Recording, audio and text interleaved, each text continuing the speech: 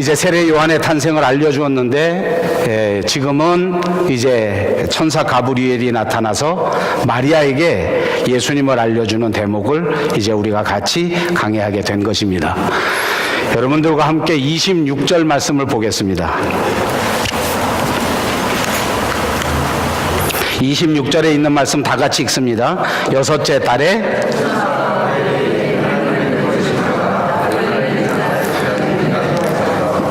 우리가 아는 것처럼 지난 주간에 엘리사벳은 나이가 많았는데 세례 요한을 잉태하게 되었습니다. 하나님의 큰 은혜를 받아서 너무너무 감사했는데 그럼에도 불구하고 사람들 앞에서는 설명할 수 없는 그런 상황이었습니다. 이제 이 나이에 아이를 베게 된 것이, 이제 이 나이에 아이를 갖게 된 것이 다른 사람에게 그렇게 자랑스러운 일만은 아니었다는 것입니다. 그래서 사람들 많이 모이는 곳에는 가고 싶지 않았고 사람들에게 자기 스스로 먼저 말할 수가 없었습니다. 그래서 거의 숨어 지내다시피 했는데 그것이 5달 가까이 되었다는 말입니다. 그리고 이제 6달쯤 되었을 때에 또 다른 사건이 벌어지게 되는데 그때 하나님께서는 천사 가브리엘을 갈릴리로 가게 만드셨습니다. 사가랴를 찾아와서 엘리사벳에게 이렇게 세례 요한을 탄생하게 될 것이다 라고 가르쳐줬던 천사가 가브리엘이었는데 이 가브리엘이 또다시 마리아에게 간 것입니다. 여러분, 그래서 저는 성경에 보니까 하나님께서 중요한 일이 있을 때에는 천사를 보내주시는구나 하는 것을 깨닫게 되었습니다. 하나님은 언제나 중요한 순간에 천사를 보내십니다. 저와 여러분의 삶의 중요한 순간마다 하나님께서 보내주시는 천사를 만나시는 은혜가 여러분들에게 꼭 있으시기를 바랍니다. 이제 가브리엘을 보내는데 또 하나는 어디다 보냈는가 보니까 갈릴리 나사렛에다가 보냈습니다. 우리가 아는 것처럼 나사렛이라고 하는 도시보다는 그때 당시에 가장 유명한 도시는 뭐니 해도 예루살렘이었습니다. 아주 유력한 도시요, 모든 사람들이 잘 아는 유명한 도시 예루살렘을 놔두고 갈릴리 나사렛으로 보냈다. 이것을 한번 생각해 보자는 것입니다. 요즘 말로 한다고 하면 우리 조국 대한민국의 강남같이 잘 나가는 아주 유력한 도시, 아주 희망적인 도시, 이런 곳에 보내주신 것이 아니고 거꾸로 강북 저 구석에 어느 허름한 그 도시 한쪽에다가 하나님의 천사를 보낸 것이다 라고 해석할 수 있는 것입니다. 이 갈릴리 나사렛이라고 하는 도시는 교통은 발전한 도시였습니다. 그런데 그 도시에 살아가는 사람들을 살펴보면 그렇게 유력한 사람들이 아닙니다. 정치적으로 약한 자들, 비천한 자들, 경제적으로 파산한 사람들이 모여서 사는 그런 곳이었습니다. 그곳에 있는 사람의 직업이라고 해봤자 무슨 아름다운 직업이 없습니다. 한결같이 가난한 농부요, 막노동자요, 어부요, 심지어는 창녀 같은 사람들이 많이 모여서 사는 도시가 바로 나사렛이었습니다. 대부분이 직업도 별로 좋지 않고 거기다가 또 나사렛에 사는 사람들 중에는 직업을 잃고 그냥 직업 없이 안타까운 마음으로 살아가는 사람들도 많이 있었습니다. 여러분, 여기서 우리가 생각할 수 있는 것이 있습니다. 우리 하나님께서는 그 사역의 무대를, 그 활동의 무대를, 그 은혜의 무대를 아주 유력한 도시 예루살렘으로 잡은 것이 아니고 이런 부족한 도시 갈릴리 나사렛이라고 결정하신 것입니다.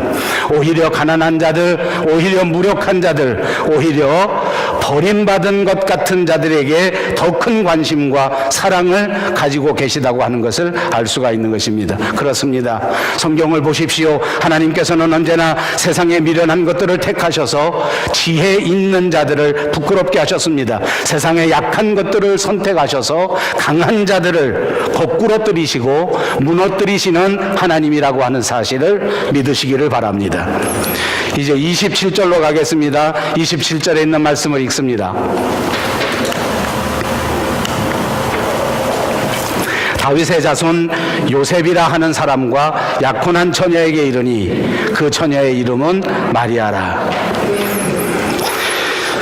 유대인들은 대부분 약혼하고 결혼하게 되는데 우리나라에 약혼하는 것과 결혼하는 것은 이제 조금 다르기는 합니다.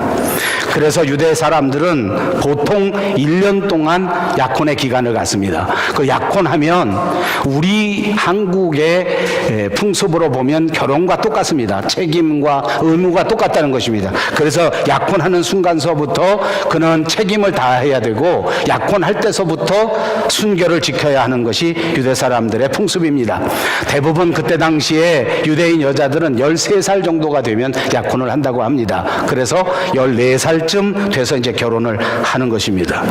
약혼은 법적으로도 결혼과 똑같습니다. 그래서 유대인들의 율법에 보면 약혼한 상태의 여자가 바람을 피우면 결혼한 여자가 바람 피웠을 때 돌 맞아 죽는 것과 똑같이 그 사람도 돌로 쳐 죽여버립니다. 자, 천사는 다윗의 자손, 다윗의 후손을 주목하셨습니다. 그래서 다윗의 후손이었던 요셉이라는 사람을 찾아오셨고 그 요셉이라고 하는 사람과 결혼을 약속하고 약혼을 하게 된 처녀 마리아를 찾아가게 되신 것입니다. 구약성경 이사야서에 보면 처녀가 잉태하여 아들을 낳으리니 이름을 임마누엘이라 하리라 말씀하신 적이 있습니다. 이 말씀 그대로 천사는 그 말씀을 이루기 위하여 처녀 마리아를 찾아가게 된 것입니다. 이제 28절로 가겠습니다. 28절 다 같이 읽습니다. 그에게 들어가 이르되 은혜를 받은 자여 평안할지어다 주께서 너와 함께 하시도다 하니. 그렇습니다. 하나님께서는 오늘 이 말씀을 통해서 마리아에게 강조해서 은혜를 받았다 하는 것을 강조해 줍니다. 여러분, 우리가 신앙생활 할 때에 하나님 앞에 나가 가장 먼저 체험하게 되는 것은 하나님께서 우리에게 은혜를 주셨다고 하는 사실입니다.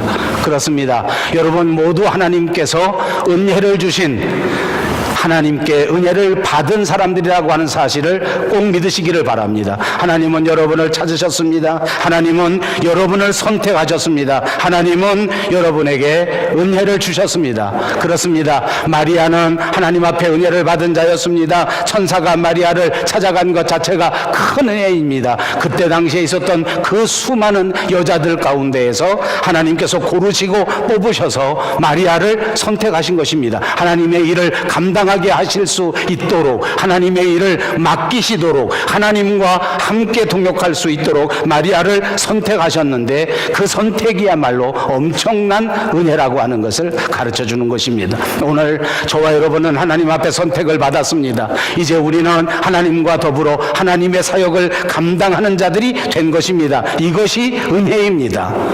여러분, 은혜라고 하는 말은 중요한 의미가 있지 않습니까? 은혜라는 말은 다른 것이 아닙니다. 내 노력으로 감당한 것이 아닙니다.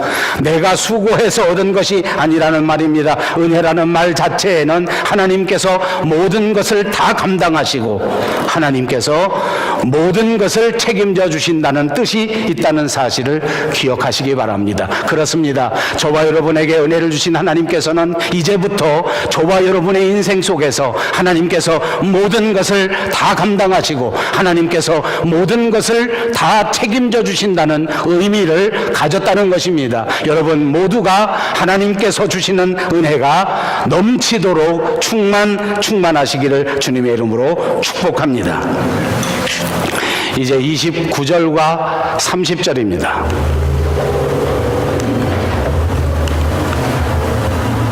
이것이 이렇게 잘 안 넘어갑니다. 처녀가 그 말을 듣고 놀라 이런 인사가 어찌함인가 생각하며 천사가 이르되 마리아여 무서워하지 말라 내가 하나님께 은혜를 입었느니라.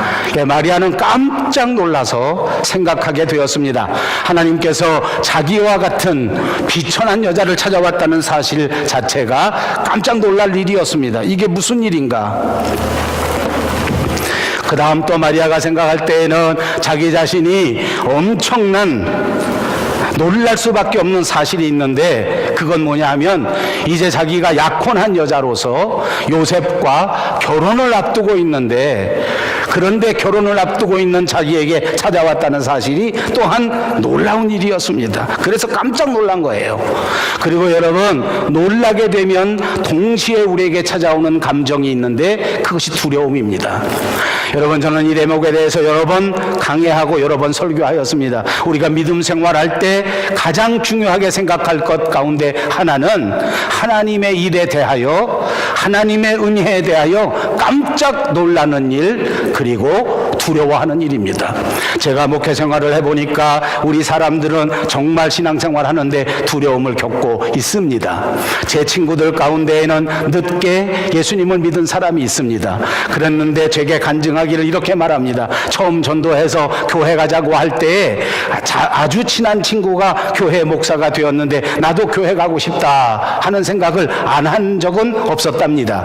그래서 제가 목사가 될 때서부터 교회를 가고 싶은 마음이 있었는데 교회 가려고 생각하다 보니까 제일 무섭고 제일 두려운 게 있더라는 거예요. 그게 뭐냐니까 교회 다니면 술 못 먹는데,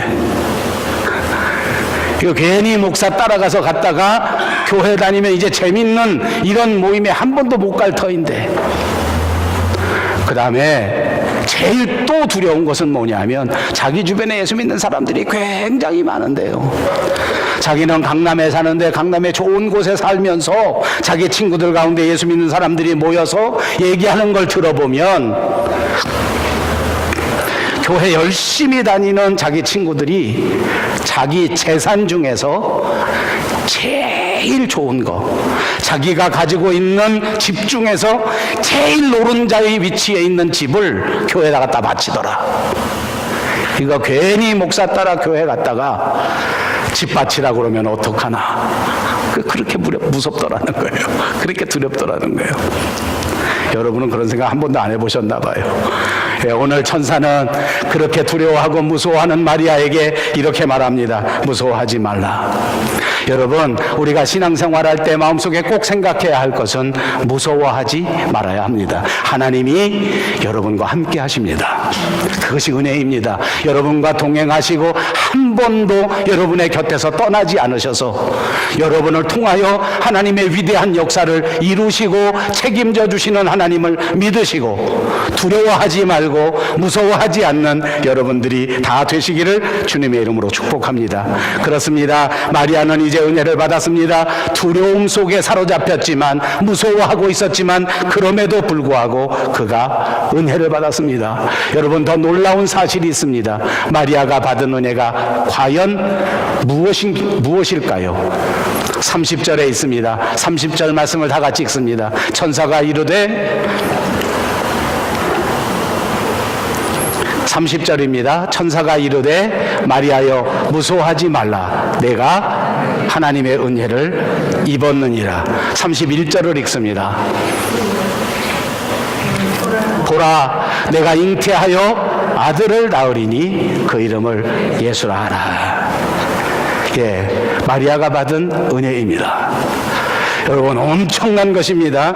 진짜 놀라운 일입니다. 마리아가 벌벌 떨만한 그런 일입니다. 보라, 주목해라, 내가 잉태해서 아들을 낳는다. 여러분, 한번 생각해 보십시다. 이게 무슨 은혜입니까? 웬 은혜입니까? 하나님의 아들을 갖게 된 은혜입니다. 우리가 멀리서 보니까 이것이 은혜인 것을 압니다. 우리가 지금 읽으니까 역사상 인류 그 어떤 여자가 받아보지 못한 정말 위대한 은혜를 마리아가 받은 것입니다. 그런데 생각해 보십시오. 이 여자는 지금 정혼한 여자입니다.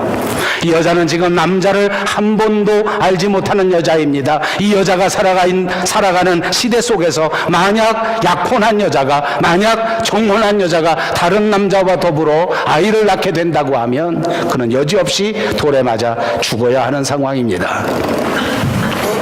그렇습니다. 메시아의 어머니가 되는 것, 예수 그리스도의 어머니가 되는 것은 분명히 축복된 사실이지만 그러나 은혜의 이면에는 또 다른 아픔이 분명히 있었다는 것입니다. 그는 이제 이 사실을 받아들여야 합니다. 그것은 절대 아픔이 없이 고통이 없이 받아들일 수 있는 사실이 아니었습니다. 정혼한 여자가 다른 아이를 뱄다고 하는 이 경천동지할 일을 어떻게 받아들인단 말입니까? 도대체 과학으로도 정신적으로도 문화적으로도 수학적으로도 예의적으로도 도무지 받아들일 수 없는 이것을 어떻게 받아들인단 말입니까? 오직 순종이 없이는 받아들일 수가 없습니다.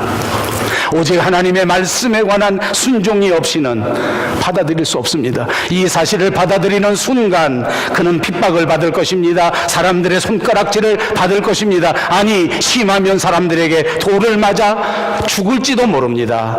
그것만이 아닙니다. 이제 메시아의 어머니가 되어 예수 그리스도를 탄생하고 난 다음에도 꽃길을 걸어가는 것은 아닙니다. 예수님을 태어나고 예수님을 탄생시켰다고 해서 고대광실 좋은 집에서 마음껏 하고 싶은 대로 하면서 살아가는 것도 아닙니다. 이제 내가 낳은 인류의 구주 예수 그리스도는 세상에서 당할 수 없는 엄청난 고난을 당하여야 하고, 그는 30살 나이에 골고다 언덕을 걸어가면서 그 십자가를 져야 하는 아들이었단 말입니다. 그 아들을 바라보아야 하는 어머니는 수술실에 들어가는 남편을 바라보는 아내보다 아마도 100배는 더 가슴 아픈 고통을 겪어야만 하는 것입니다. 이런 고통을 감수하고 이런 외로움을 감수하고 그리고 이 은혜를 받아야 한다는 사실, 여러분, 저와 여러분이 믿는 예수 그리스도를 향한 우리 하나님의 은혜라고 하는 것은 이렇게 양면성이 있다는 사실을 기억하시기를 바랍니다. 사도 바울을 아십니까? 위대한 전도자, 위대한 설교자, 전 세계에 다니며 복음을 전파한 정말 훌륭한 사람 사도 바울. 그러나 그 인생을 보십시오. 그는 결혼도 하지 못한 채 가는 곳마다 매를 맞았습니다. 좋은 아파트, 좋은 주택에서 살기는커녕 머리 둘 곳조차 마땅치 않은 삶을 살고 헐벗고 매맞고 감옥에 갇히는 비참한 삶을 살지 않았습니까?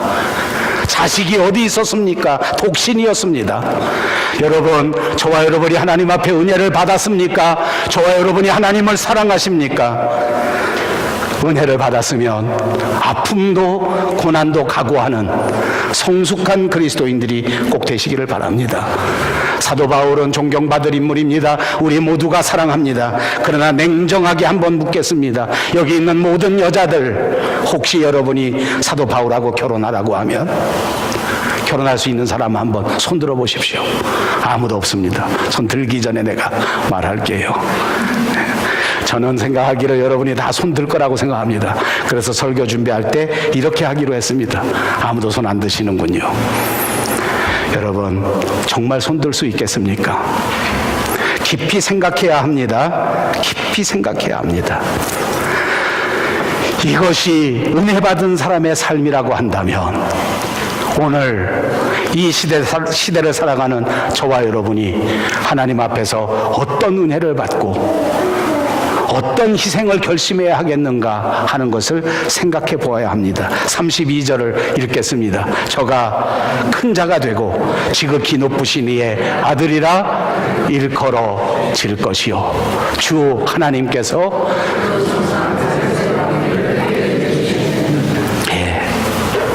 이토록 엄청난 고난 속에 내가 낳을 그 아들 예수 그리스도는 어떤 분이신가 하는 것입니다. 그분은 우리를 죄에서 구원하실 분이십니다. 그분은 우리를 위하여 영원한 세상에서 우리의 갈 곳을, 우리의 살아갈 곳을 예비하실 바로 그분입니다. 예수님은 정말로 큰 자입니다. 우리의 모든 죄를 용서하실 수 있는 분입니다. 하늘에 있는 자들이나 땅에 있는 자들이나 모든 세상에 있는 자들이 그 앞에 무릎을 꿇을 수밖에 없는 위대한 왕 예수 그리스도란 말입니다. 여러분이 겪을 수 없는 고통, 여러분이 견딜 수 없는 아픔 속에 신앙생활을 해야 하지만 그럼에도 불구하고 이런 소망이 있다는 것입니다. 우리 주님을 다시 바라보십시오. 그분은 우리가 당해야 될 모든 고난을 극복하고서라도 얼마든지 그분을 따라 순종할 수 있는 가치가 있는 분이라는 사실입니다. 그렇습니다. 우리 예수 믿는 생활이 결코 간단치 않지만 그러나 예수 믿는 생활이 주는 이 엄청난 결과와 열매와 축복은 또 또한 이토록 위대한 것이라는 사실입니다. 주 하나님께서 그 조상 다윗의 왕위를 그에게 주셨다. 왕위를 주신 것입니다. 왕위를 주신 것입니다. 하나님께서 그 조상 다윗의 왕위를 그에게 주실 것이다. 왕위를 주신다는 것입니다. 다윗은 하나님 마음에 합한 왕이었습니다. 하나님은 에덴 동산에서 하나님의 나라를 만드시고 에덴 동산에서 하나님이 친히 다스리시고 우리 모두가 다 그 에덴 동산에서 살기를 바라셨습니다. 그러나 어떻게 되었습니까? 사람들이 모두가 하나님의 뜻을 받아들이지 아니하고 인간이 반역했기 때문에 인간은 하나님의 나라를 잃어버리고 말았습니다. 이제 우리는 새로운 마음, 이제 우리는 새로운 은혜를 받아서 하나님께서 우리에게 예비하신 새 하늘과 새 땅으로 반드시 들어가는 역사가 있어야 될 줄로 믿습니다.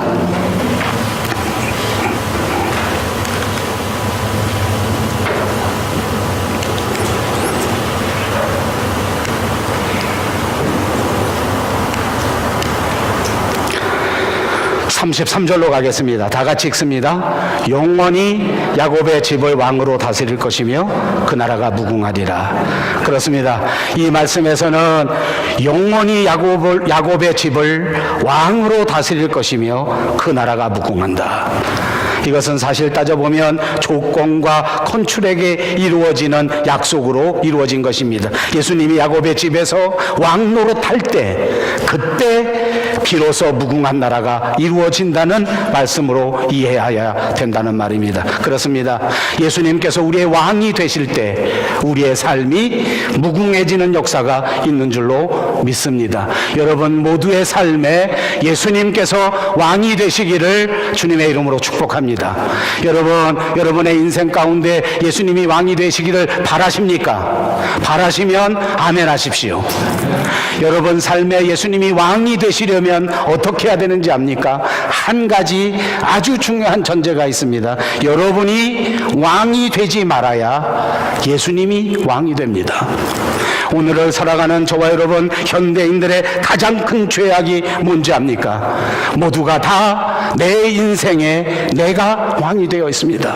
예수님이 찾아오셨지만, 예수님을 받아들였지만, 예수님을 믿기로 결단했지만 여전히 내 인생에 내가 왕입니다. 모든 삶을 내가 디자인하고 싶어하고 삶의 순간순간을 내 마음대로 하고 싶어합니다. 그러면 여러분의 삶이 무궁해지지 못한단 말입니다. 사랑하는 여러분, 무궁한 삶을 바라십니까? 한마디로 내가 죽어야 합니다. 내가 죽고 예수 그리스도를 왕으로 모시는 여러분 모두가 되시기를 다시 한번 주님의 이름으로 축복합니다.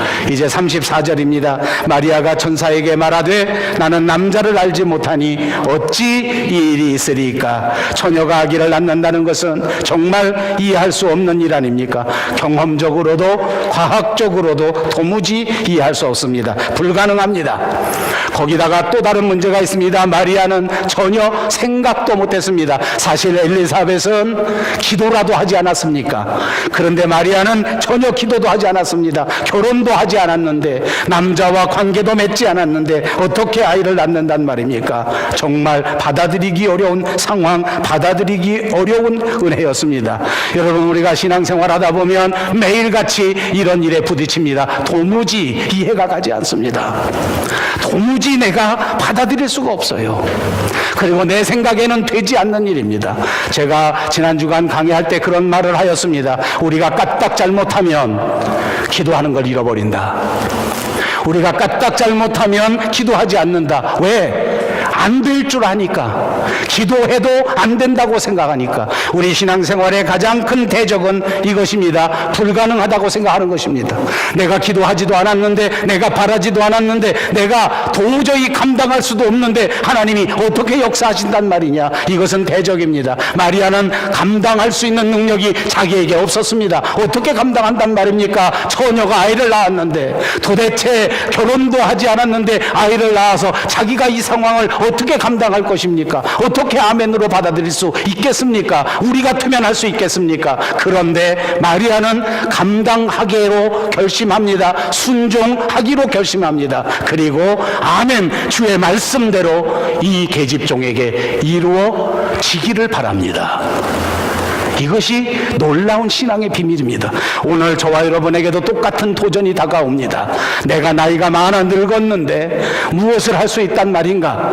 나는 이미 은퇴해버렸는데 어떤 일을 한단 말인가? 나는 이렇게 가난한데 무슨 일을 할 수 있단 말인가? 나는 이미 실패했는데 어떻게 일어설 수 있단 말인가? 아니요. 하나님의 말씀은 능치 못하심이 없습니다.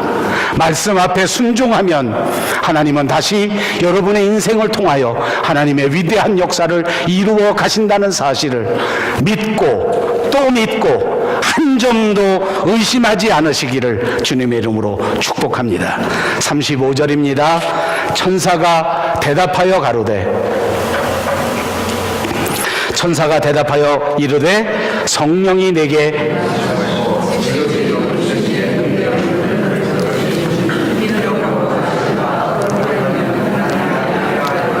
그렇습니다. 나는 이해할 수 없고 나는 받아들일 수 없지만 그러나 능력이 덮으시면 성령이 덮으시면 거룩한 아들 예수 그리스도가 태어나는 역사가 일어나게 된다는 것입니다. 36절입니다. 보라 내 친족 엘리사벳도 늙어서 아들을 배웠느니라.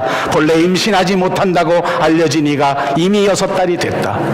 여러분 생각해 보십시다. 저는 이 대목에서 이런 말씀을 드리고 싶습니다. 우리가 예수 믿다 보면 증거가 있습니다. 사실은 과학적으로도 사실은 경험적으로도 사실은 문화적으로도 도무지 이해할 수가 없는데 도무지 찾아볼 수가 없는데 예수 믿게 되면 자세히 살펴보면 증거가 다 있더라는 것입니다. 저는 모태 교인은 아닙니다. 어렸을 적에 저희 어머니 아버지가 예수를 믿고 저를 낳은 것은 아니었습니다.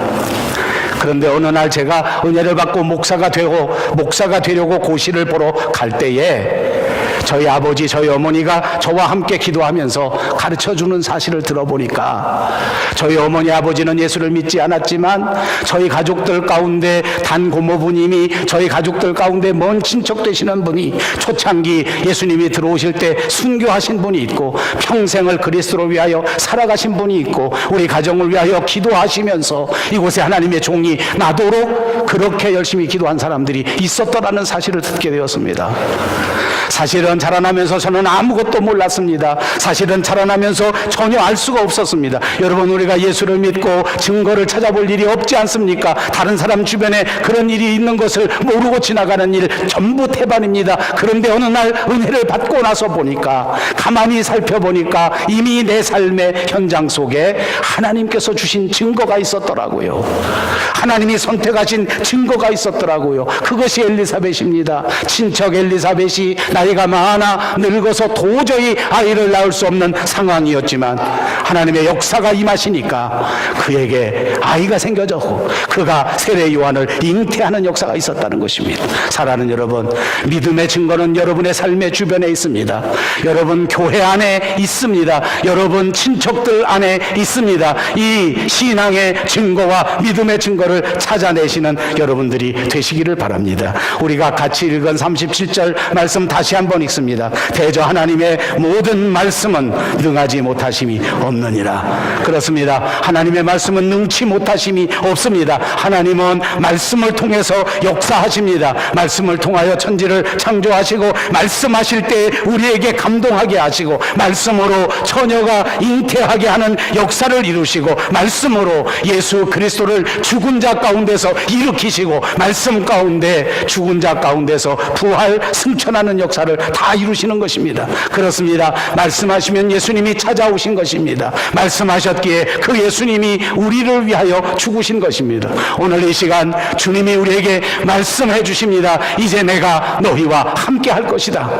이제 내가 너희와 함께해서 너희의 남은 인생을 하나님 앞에 영광된 인생으로 만들어 줄 것이다. 아멘. 이 말씀이 그대로 역사되게 될 줄로 믿습니다.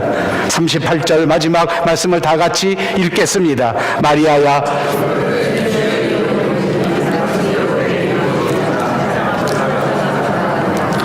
마리아는 이 엄청난 이 놀라운 은혜 앞에서 자기 자신을 발견하게 됩니다.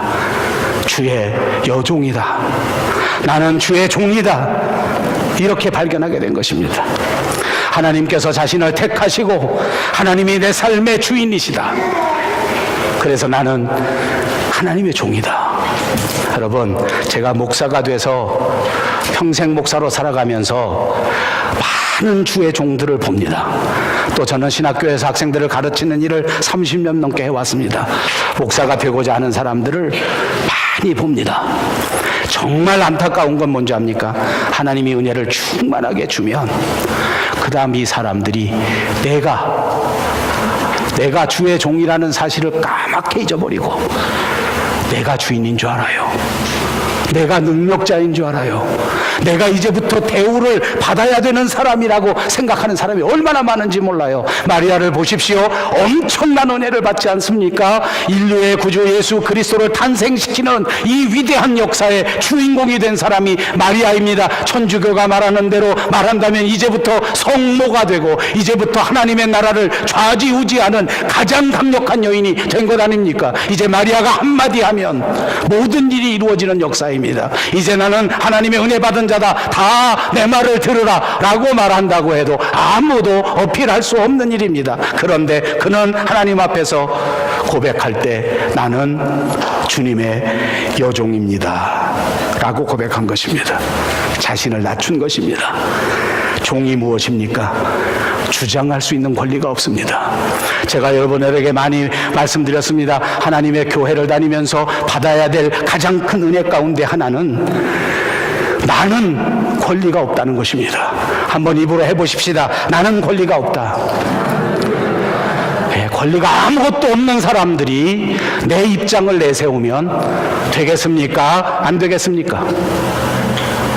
제가 교회 생활하면서 부딪히는 많은 것은 그것입니다. 목사님, 어떻게 내 입장을 이렇게 모르세요? 목사님, 어떻게 내 입장을 이렇게 무시하세요?